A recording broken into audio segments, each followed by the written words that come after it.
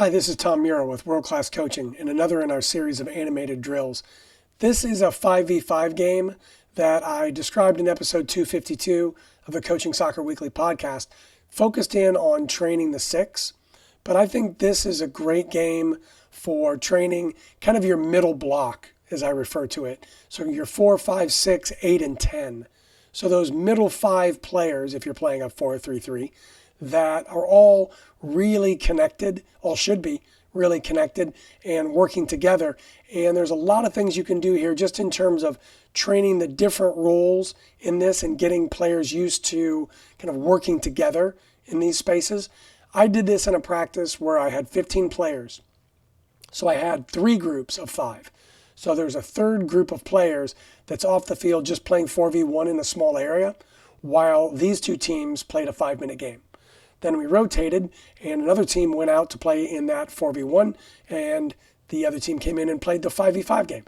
And we kept track of the score, and so one team won 2 games and lost 1, so they ultimately won because another team had nobody else had gotten that many points. So you got 3 for a win, 1 for a tie, 0 for a loss. So that's the way it works with 3 groups. You could easily just do this with 10 players. If you were, say you were working just specifically with the middle block of 2 teams, this would be a great game to play with them. So the way it's set up is it's a 5v5 inside a rectangular area. Dimensions totally depend on the age and ability level of your players. It's just you've got to find the right, area size for your players to be comfortable in. If you feel like it's too small, make it bigger. That's the first thing you always want to do when you're doing an activity is just check it and make sure that it's, appropriate size, organized correctly. So once you've decided that it is, you've got 2 goals at each end.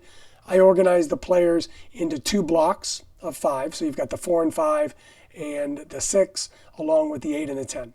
And the goal is, obviously, it's just a small-sided game, trying to score.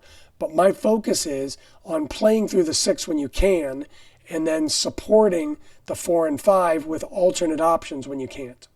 So with a young team like I did this with, that's pretty much all I focused on with them is trying to, find ways for this 6 to get open. And sometimes it was to have the 6, stay out of that space and then show into it late so that they didn't come in too early.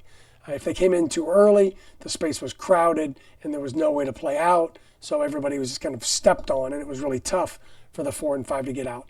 Obviously, if the 4 has the ball here, I want the 5 dropping there. If the 5 gets the ball, then I want the 8 dropping into that space and, creating options and angles. If they drop there, then it's, totally appropriate for the 10 to, get higher up the field and find ways through. So that's the basic structure of the game.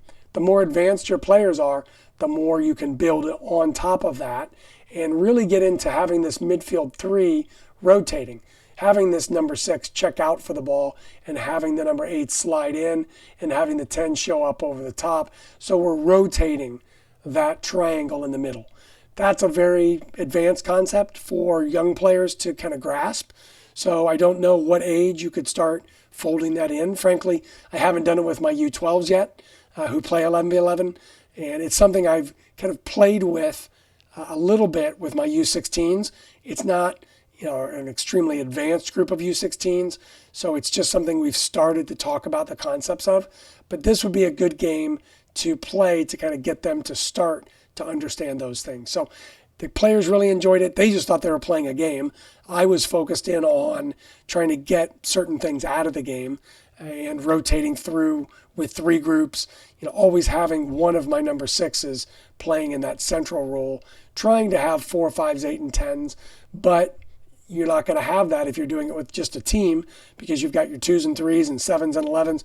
I would alternate 7s and 11s in for these players and ask them to assume the role of the 8 and the 10 just for this game. So I thought it worked really well. Players enjoyed it. I was able to get the role of the 6 really focused on, and so I thought it worked well. So if it's something that you're looking to focus on with your teams, give this game a try and see how it goes.